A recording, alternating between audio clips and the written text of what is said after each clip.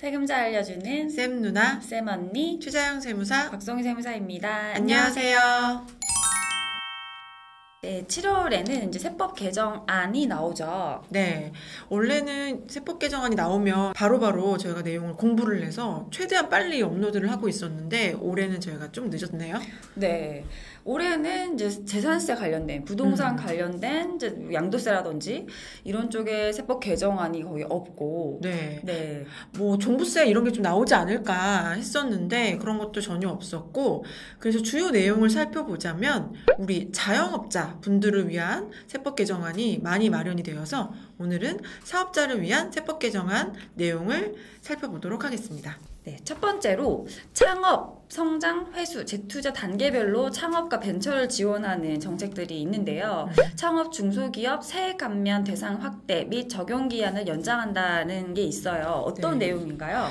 창업 중소기업이거나 아니면 생계형 법인들의 경우에는 이 법인이 어디 위치에 있는지 아니면 어떤 업종을 운영하는지에 따라서 소득세 법인세를 50%에서 최고 100%까지 감면해주는 제도인데요. 생계형 창업 기준을 완화를 해서 확대를 한 거죠. 네, 기존에 이제 생계형이다라고 했을 때 매출 기준은 연간 4,800만 원이었어요. 네. 근데 이제 세법 개정안에서 그 범위를 확대해서 완화해서 8천만 원으로 개정합니다. 네, 이게 아마 보시면 여러분들 숫자가 좀 익숙하실 거예요. 뭐랑 똑같나?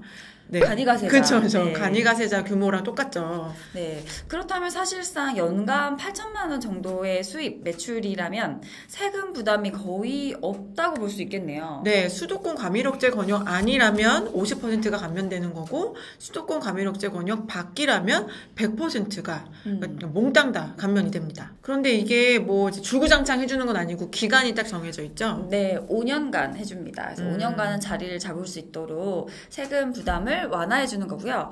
그렇다고 해서 그럼 내가 이제 수입이 8천만 원이 안 되니까 아예 신고도 안 해도 되나? 아, 그럼 진짜 편할 텐데 그런 건 아니고요. 감면 대상이 되시는 분들의 경우에는 우선 소득세 신고를 다 한 다음에 원래 내가 내야 될 세금은 이만큼 나왔는데 나는 여기 해당되는 사람이기 때문에 세금을 안 내도 됩니다 하는 신청서 작성하셔서 내셔야 돼요. 네, 그 세금은 신고는 하지만 납부를 안 하게 된다라는 거네요. 맞습니다. 네, 어쨌든 이렇게 이제 범위가 넓어진 제도가 하나가 나왔습니다. 이 제도가 조특법에 있는 제도인데 원래는 2021년까지 창업한 경우에 해당된다 뭐 이렇게 되어 있었잖아요. 네. 근데 기간이 많이 법이 개정돼서 여기 들어오면 최고 3년 동안 연장해 주기로 한 거죠? 네, 2024년 12월 31일까지 생계형 창업자들에게 모두 혜택을 주게 개정을 하려고 합니다. 네, 이 법은 개정된 내용도 물론 중요하지만 청년 창업기업가 분들의 경우에는 혜택이 되게 크기 때문에 나이를 한번 확인해 보시고 내가 여기에 맞는지에 따라서 창업 여부를 선택하시면 좋을 것 같아요. 그럼 두 번째 얘기를 넘어가 볼까요? 네, 두 번째로는 이제 기존에 있던 회사들 이제 코로나 때문에 사실 일자리를 취업하는 것도 좀 어렵기도 하고 회사 입장에서도 누군가를 채용하는 게 부담스럽기도 할 수 있는데요. 네. 그래서 이에 대해서 이제 근로자를 고용할 때 세액공제 제도가 있었잖아요. 네, 회사가 이렇게 근로자를 새롭게 채용해서 고용을 증대하면 새롭게 채용하는 근로자 수에다가 일정 금액을 곱해서 납부할 세금을 깎아주는 제도예요. 네, 근데 세금을 깎아주는 거기 때문에 굉장히 금액이 커요. 엄청 큽니다. 네. 네, 수도권이냐 아니냐에 따라서 금액이 다른데요. 뭐 수도권에서 청년을 추가 채용했는지 아니면 청년 외의 사람을 추가했는지에 따라서 세액공제 규모는 다르지만 뭐 1,100만 원 기존에는 그리고 700만 원 최소한 이렇게 금액이 컸는데 이거를 일단 금액도 100만 원을 올려주는 거죠. 네, 수도권 외 지역에만 이 개정세법이 적용이 되는데 1,200만 원이었을 경우에는 100만 원 추가돼서 1,300만 원 그렇게 되는 거죠? 네, 맞습니다. 회사의 규모가 이제 중소기업, 중견기업, 대기업에 따라서 공제되는 금액은 다르지만 어쨌든 이 금액을 좀 더 수도권 외 지역에서는 100만 원을 더 해주게 되고 그리고 이것도 사실 올해까지만이었잖아요. 네, 맞아요. 근데 이것도 똑같이 3년 연장해서 2024년까지 계속 지원해주기로 되어 있습니다. 그리고 이거랑 세트로 이제 사람을 고용하게 되면 4대 보험이 나가잖아요. 네, 맞아요. 우리 사업주님들이 제일 부담스러운 것 중에 하나가 또 이 4대 보험 부담인데요. 요것도 고용중대를 늘린 회사의 경우에는 4대 보험 납부하신 것도 세액공제로 적용이 되죠? 네, 이 세액공제도 마찬가지로 21년에 이제 종료되는 것이었는데 24년 12월 31일까지로 연장을 하게 되었습니다. 네, 아마 이미 있었던 법이기 때문에 저희 자영업자분들이라면 이미 활용하고 계시는 세액공제 제도일 것 같은데요. 연장이 된다고 하니까 직원들 뽑으시는데 주저하지 말고 뽑으셔도 괜찮을 것 같네요. 다음으로는 착한 임대인 세액공제. 네. 그렇죠. 네, 아무래도 이제 월세, 상가 임대료에 대해서 이제 부담을 느끼는 자영업자들이 많다 보니까 임대인으로 하여금 임대료를 인하해주면 네. 세금을 공제해주는 맞습니다. 세액공제 제도가 있었는데 이거 6개월 연장을 하게 되었습니다. 그래서 원래는 2021년까지만 적용하기로 되어 있던 제도인데 6개월 연장해서 내년 6월 달까지 네. 세액공제가 적용이 되는 거죠.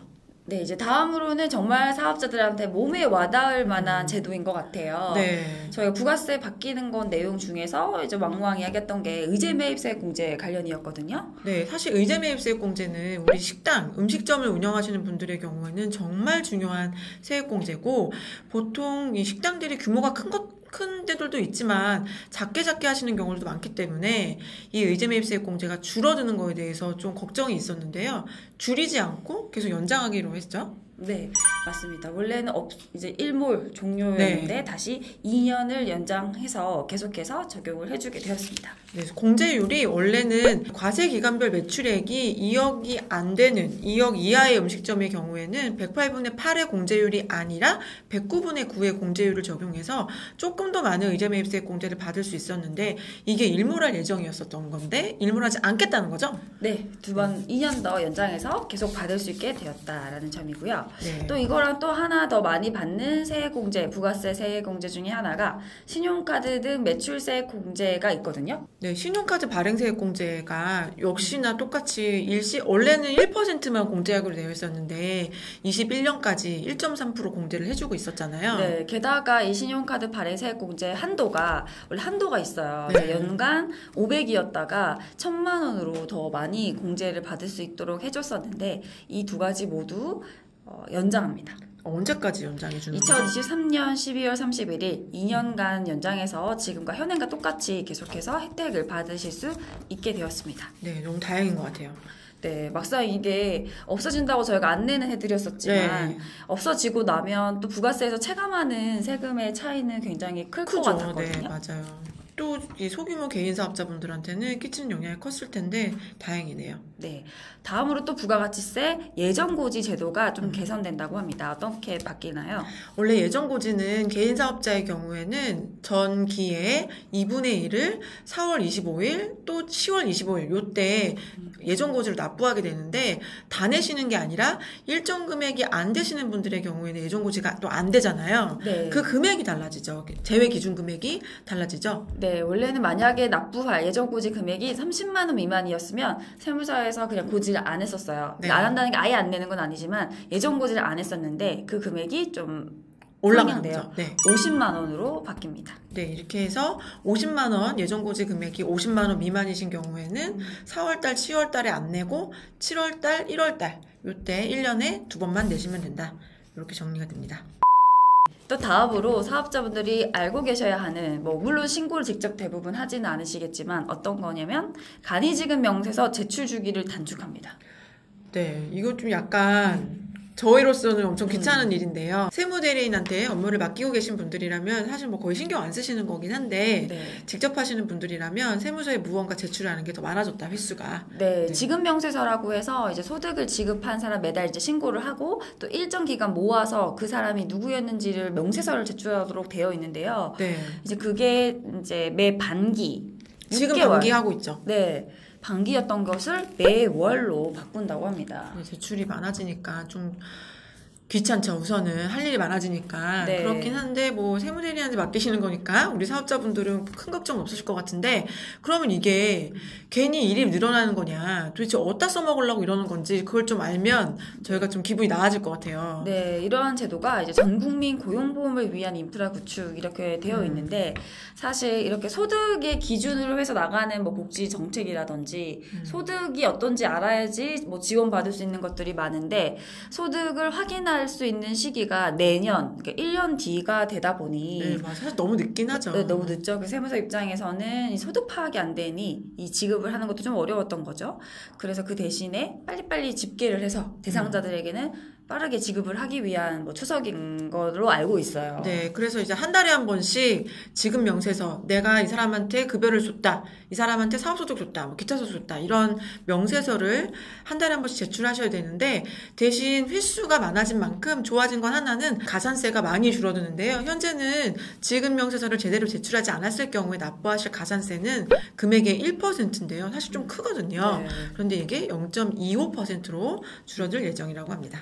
네, 다음으로 또 사업자분들이 알고 계셔야 되는 거는 이제 성실신고 확인제가 적용되는 소규모 법인이 있어요. 네. 그 범위를 확대합니다. 네, 원래는 성실신고 확인 제도는 개인 사업자한테만 적용되는 제도인데, 그런데 일정 법인의 경우에는 개인 사업자처럼 성실신고 확인서를 제출하게 되죠. 네, 왜냐하면 성실신고를 피해서 혹은 거의 뭐 개인이나 다름없는 특수관계끼리 이제 만들어진 회사인데 그 수입의 구조가 대부분 부동산 임대이거나 이자 배당인 회사에 대해서는 뭔가 세무적으로 잘 되고 있는지, 비용 처리가 과다하지 않은지 확인하기 위해서 성실신고 확인제서를 내도록 되어 있는데요. 네. 그러면 성실신고 확인제가 적용되는 소규모 법인의 범위를 한번 살펴보자면, 우선 첫 번째로는 주주들이 특별한 분들이 해당이 되죠. 네, 특수관계자이어야 됩니다. 특수관계자랑 합산하여 최대 지분율이 지배주주가